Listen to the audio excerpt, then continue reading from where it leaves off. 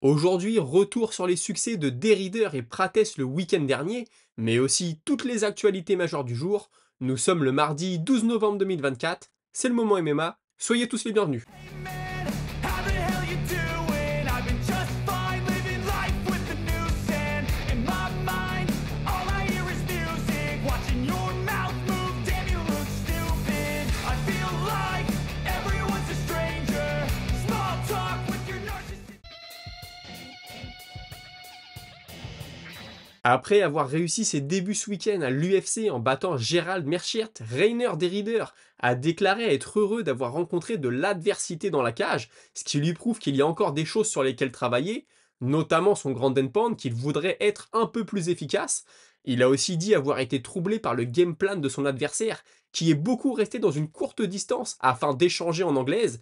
Il a répété ce qu'il avait déjà dit avant le combat, à savoir être prêt à combattre au Madison Square Garden ce week-end, et surtout qu'il était soulagé de ne plus être au One FC et a même été jusqu'à déconseiller à tous les jeunes combattants et tous les combattants en général de signer là-bas. Dans le top 5, il aimerait affronter Shimaev, il pense que les phases de grappling seraient intéressantes, et puis il nous a appris qu'il s'était entraîné ces dernières semaines avec Sean Strickland, et que donc appelé à combattre l'américain serait plutôt malvenu. Moi personnellement, je suis pas très confiant pour la suite de sa carrière à l'UFC, je le trouve un peu trop limité debout et pas assez létal au sol pour combler cette faiblesse. Samedi soir, on a eu un beau combat, mais je pense que c'est parce que les deux étaient au même niveau. Et puis surtout, ce que je veux mettre à leur crédit, c'est qu'on a eu deux grappleurs qui ont été au sol et qui ne sont pas restés debout, comme on en a souvent le cas, à s'enfermer dans un combat de striking qui en général n'est pas très beau à voir. Et puis j'ai quand même bien aimé la façon dont il a envoyé Meerschaert au tapis. Meerschaert l'avait dit, c'est un grappleur qui utilise le judo pour t'amener au sol et pas forcément la lutte. Du coup, il se retrouve souvent au clinch, au corps à corps. Et là, il a su en tirer profit avec une magnifique frappe au visage. J'ai cru que ça allait être la fin quand j'ai vu Meerschaert tomber, ça n'a pas été le cas. Mais voilà, il y a quand même du positif à retirer. Et pour la suite, un combat qui serait plutôt fun, toujours hors du top 15, serait Sharapouddin Magomedov, je trouve, mais on en reparlera après, parce qu'il y a des choses qui se passent pour le pirate daguestanais. Mais ce serait marrant, un bon striker contre un bon grappleur, surtout un pur striker qui n'aime pas aller au sol. Contre un pur grappleur, on voit debout, c'est pas ça. Je pense que ça pourrait faire un combat plutôt drôle. Dans le main event, on a Carlos Prates qui a prouvé, je pense, qu'il méritait sa place dans le top 15 en mettant KO Neil Magny. Il a expliqué pendant la conférence de presse qu'il s'attendait à ce que son adversaire cherche le takedown très tôt dans le combat. Par contre, il ne pensait pas qu'il allait autant s'entêter et faire de si nombreuses tentatives. Il a aussi confié que plus il réussissait, lui, ses défenses d'amener au sol, et plus sa confiance montait. D'ailleurs, il affirme que son game plan, sa stratégie, sera toujours la même, à savoir défendre les takedowns et chercher le KO. Pour la suite, s'il a le feu vert des médecins et de son équipe, il a répété vouloir combattre en Australie au mois de février, puis suite à ça prendre un repos. On sait aussi qu'il veut combattre 3 fois en 2025, donc ce sera un repos limité, il va pas prendre un an non plus. Et puis dans l'idéal, sur cette carte australienne, il aimerait affronter Jack Della Maddalena. Maintenant, il est bien conscient qu'il y a énormément d'écart entre eux au classement, et que l'UFC ne lui offrira peut-être pas cette opportunité. Et puis dans ce cas, il a cité Geoff Neal comme un nom qui potentiellement l'intéresserait. Moi, dans le combat, j'ai beaucoup aimé sa puissance et son coup d'œil. Il a vraiment le coup d'œil du striker, on sent l'expérience. Bonne défense en lutte, pardon, ça va lui servir quand il va monter dans les rankings. Et puis quand même, je voudrais mettre un peu de crédit pour Magny, parce que Magny, il n'est pas venu pour ne pas perdre, il a fait le combat, il a été l'agresseur, il a essayé de faire du takedown, il a essayé de faire du Magny. Malheureusement, ce n'est pas passé, mais en tout cas, il a au moins le mérite d'avoir essayé, et puis d'avoir cherché à y aller. Voilà, il n'est pas venu la peur au ventre, j'ai envie de dire. Je vous disais dans la dernière émission que Covington était prêt à affronter Rakhmonov à l'UFC 310. Si jamais on ne lui offre pas cette opportunité, il aimerait revenir dans le premier quart de l'année 2025, idéalement sur la carte de Miami. Il a dans le viseur Jack Della Maddalena, lui aussi. Il pense que ça fera un très beau combat pour savoir qui est le contender numéro 1. Il a aussi dit qu'il aimerait affronter Paddy Pimblett parce que l'anglais parle beaucoup de lui, mais lorsqu'il le croise, il baisse les yeux. C'est ce qu'a déclaré Colby Covington. Je rappelle que Pimblett, il combat en léger, Covington en welter. J'ai pas entendu parler pour l'instant d'une montée de l'anglais. Donc tout ça reste des suppositions. Et puis il pense aussi qu'un combat contre Makhachev serait énorme, une sorte de Russie contre États-Unis, mais il n'a que peu d'espoir de voir le Dagestanais monter. Il ajoute que pourtant c'est un gros gabarit, plus gros que lui d'ailleurs, qui combat pourtant dans une catégorie supérieure. C'est quelque chose qu'il reproche beaucoup aux Dagestanais chez les légers. Il le disait déjà à l'époque de Khabib, qu'il cut énormément de poids. Après je vous dirais, c'est pas interdit. Et puis il y a quelques semaines, on avait Yann Gary qui postait une vidéo dans laquelle il assurait avoir signé un contrat pour l'affronter. Lui, il assure que c'est totalement faux et que jamais un contrat ne lui a été proposé. Et puis comme c'est Colby Covington et qu'on commence à le connaître, il a forcément eu un mot doux pour l'Irlandais, hein, je le cite, il ne mérite pas de m'affronter de toute façon. C'est signé Colby Covington. Et puis sinon, la dernière fois qu'on l'a vu en action, c'était en 2023, face à Leon Edwards, pour la ceinture.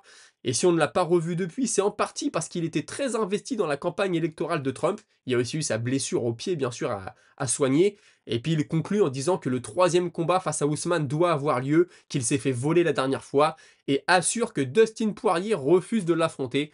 Encore une fois, Covington-Poirier, je ne pense pas qu'on verra ce combat un jour, mais je peux me tromper. Dana White, lui, réitère, hein, le vainqueur de Jones contre Miocic ne prendra pas sa retraite et affrontera Thomas Spinal, bien conscient que c'est le combat que tout le monde veut voir, et il explique aussi que Miocic comme John Jones ont eu un moment des opportunités dans leur carrière, et que ça va peut-être être un retour d'ascenseur de leur part, de dire voilà, nous, on nous a laissé notre chance, on va donner sa chance à Spinal.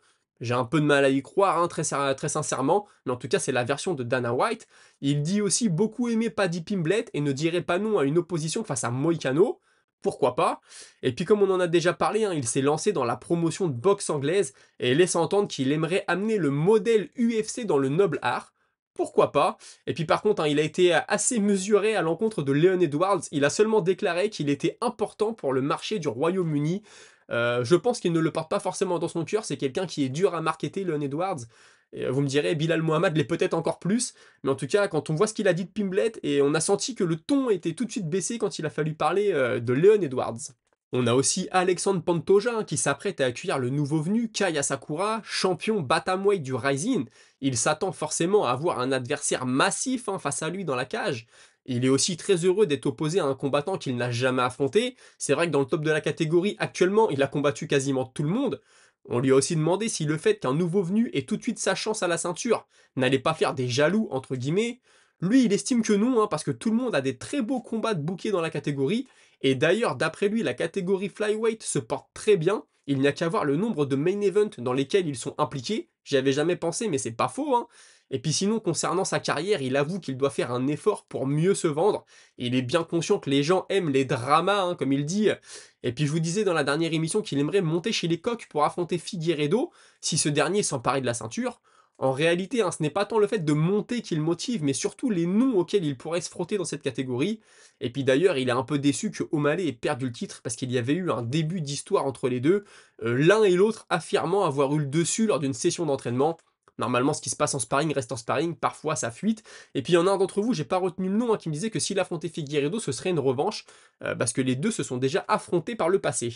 Pour en revenir au dossier UFC 310, Kamaru Usman a voulu clarifier les choses. Il explique que lui et Shavkat Rakhmonov ne sont pas des partenaires d'entraînement, que si l'UFC l'appelle, il allait répondre, qu'il fallait fixer quelques petites choses, mais qu'il était prêt à l'affronter. Voilà, il dit je l'ai déjà fait en 6 jours de short notice, je l'ai fait en 8 jours aussi, donc là c'est juste quelques semaines, donc je serai partant pour ce combat.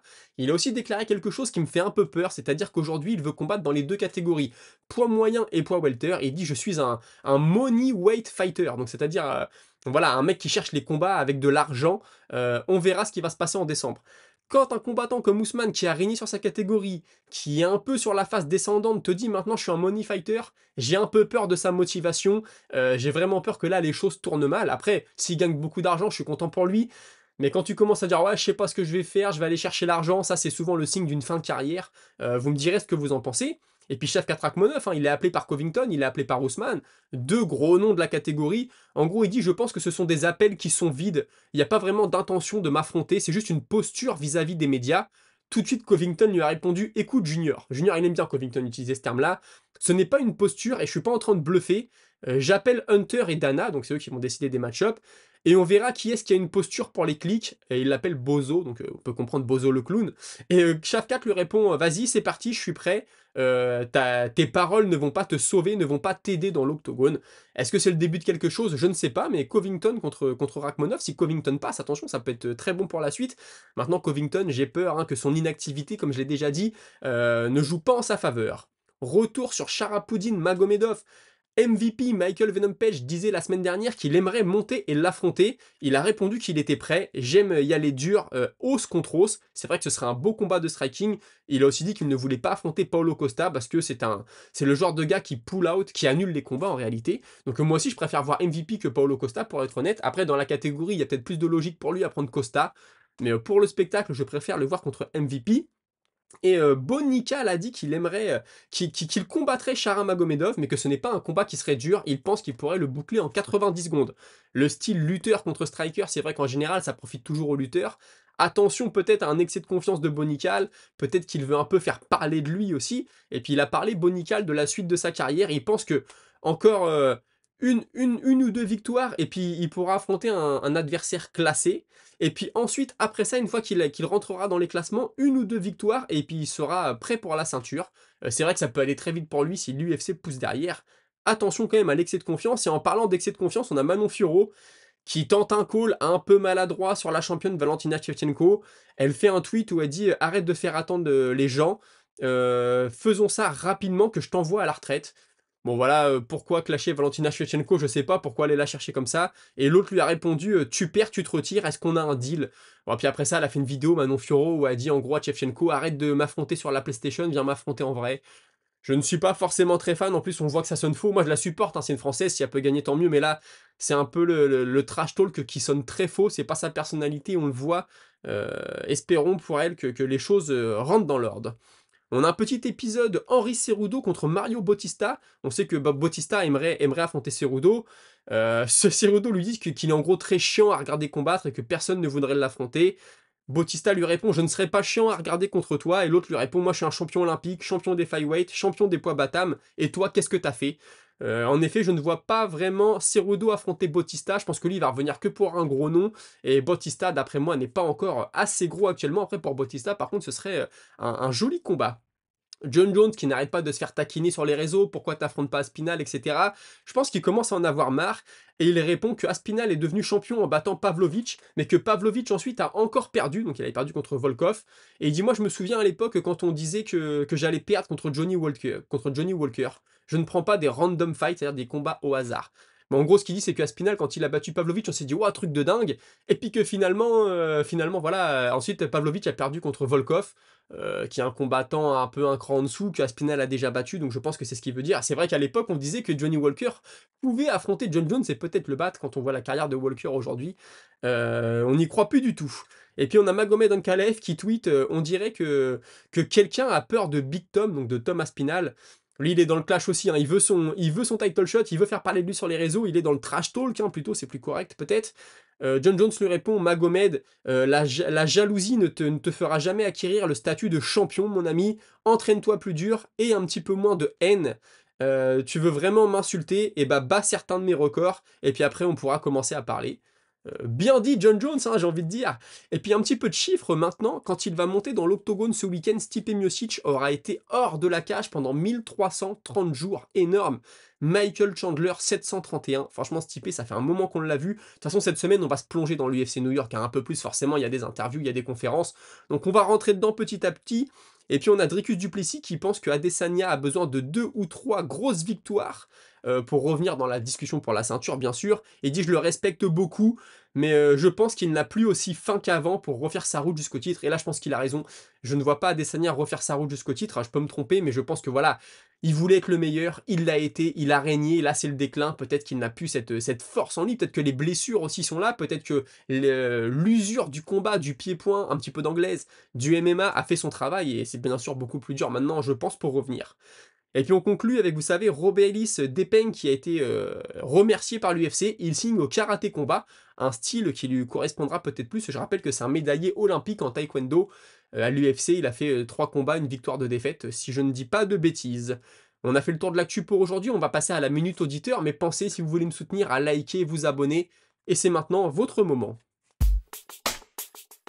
Jinko d'Autriche qui me dit Alex Pantoja, je comprends sa volonté de vouloir monter de division car si il passe Kaya Sakura en décembre, il aura vaincu l'élite de la division flyweight de l'UFC, Moreno 3 fois en comptant le teuf, Royval 2 fois, Cara France, Herseg. T'as pas forcément tort, hein. Et si d'aventure il devait grimper chez les Batam, un duel face à Davison Figueiredo aurait une saveur particulière pour eux, car les deux hommes se sont déjà affrontés par le passé. dans la ligue et ce fut un succès de Kratos, par décision, donc comprendre Davison Figueiredo.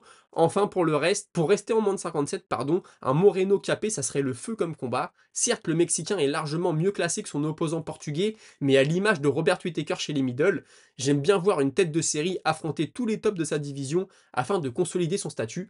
T'as pas forcément tort. Moreno est dans une position un peu particulière, il a été champion, il ne l'est plus, mais il est toujours dans la discussion. Et puis donc c'est toi hein, qui me disais qu'il y avait déjà eu un combat entre Pantoja et Figueiredo, j'avais complètement zappé, mais c'est une catégorie où tout le monde s'est tellement affronté qu'on en oublie au fur et à mesure. Et puis je conclus avec Jim PM6 qui me dit je suis pas fan de Manon Fiorot, mais avec ce qu'elle a accompli, si elle a pas le title shot maintenant, c'est vraiment dégueulasse. Et ouais, je suis d'accord, elle mérite sportivement. Elle essaye un peu d'être sur les réseaux, etc., de commencer du trash talk, je pense que ça ne lui correspond pas. Moi, j'ai toujours dit, le trash talk, c'est marrant quand tu sens que c'est spontané, que le mec est comme ça. Tu vois, genre Saint-Pierre, s'il avait fait du trash talk, ça aurait pas forcément été drôle. Manon Fiorot, voilà, c'est pas la reine du trash talk. Pourquoi se forcer? Je ne sais pas. Si elle prend la ceinture, elle peut se créer un personnage d'une personne tout à fait respectable qui ne fait pas de trash talk. Mais j'ai pas de conseils à lui donner. Donc nous, on se retrouve demain à 17 h ou demain ou après-demain. Mais j'espère demain que ce sera possible pour parler de l'UFC New York. Enfin, je vous souhaite à tous une très bonne soirée. J'espère que vous avez aimé l'émission. Salut!